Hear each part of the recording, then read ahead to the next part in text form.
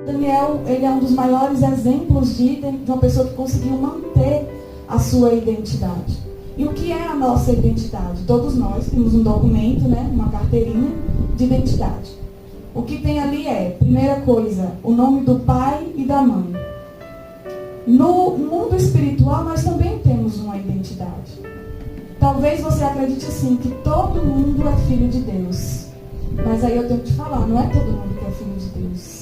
Nem todo mundo tem isso na sua identidade espiritual. A Bíblia fala que aqueles que praticam o mal e andam na prática do pecado são filhos do diabo.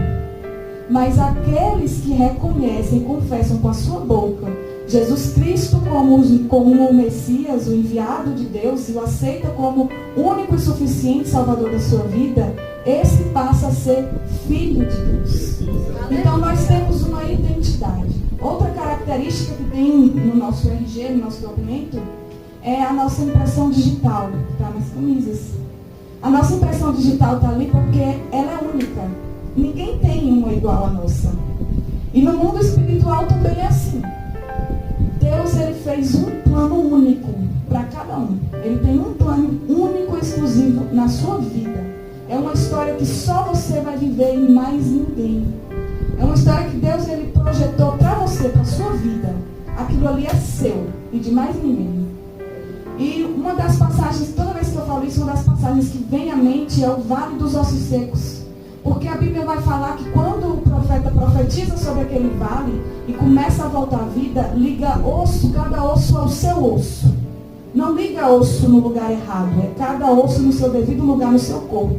Assim também é na sua história. O que Deus, ele tem para você não vai para outro, é para você e ninguém toma. Amém? E então, assim, firmados a nossa identidade, eu tinha certeza que eu ia falar sobre o profeta Daniel. Mas aí o Espírito Santo começou a me incomodar e falou assim, não vai ser sobre Daniel. Não vai ser. E eu comecei a orar e falar, Senhor, por que não? Porque Daniel, ele estava na Babilônia, mas ele tinha amigos lá. Quando a gente está lendo a história do profeta Daniel, vai ver que ele tinha amigos. Quando ele foi fazer o jejum, ele não foi comer dos banquetes do rei, e ele chamou 3 amigos dele, Sadraque, Mesaque e Abednego, para participar. O cativeiro não foi exclusivo de Daniel. A nação inteira foi levada cativa ao cativeiro. E aí Deus falou assim, você não vai falar sobre isso. O Espírito Santo tocou no meu coração e disse, você vai falar sobre a história de José. Gênesis 41, versículo 14, a partir do 14, que diz assim, então o faraó mandou chamar José e o fizeram sair às pressas da masmorra.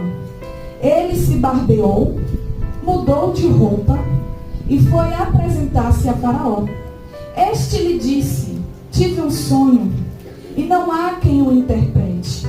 Porém ouvi falar a respeito de você, que quando ouve um sonho é capaz de interpretá-lo. José respondeu, isto não está em mim, mas Deus dará a resposta a Faraó. Amém? Essa palavra aqui é uma mensagem clara de alguém que conseguiu manter a sua identidade no pior momento da sua vida. Porque José, ele tinha tudo para dizer assim, na presença de Faraó, eu não acredito mais nisso. Foi o tempo, antigamente sim, antigamente Deus me usava com o dom da revelação, de interpretação de sonhos. Antigamente Deus falava comigo, mas hoje Ele não fala mais.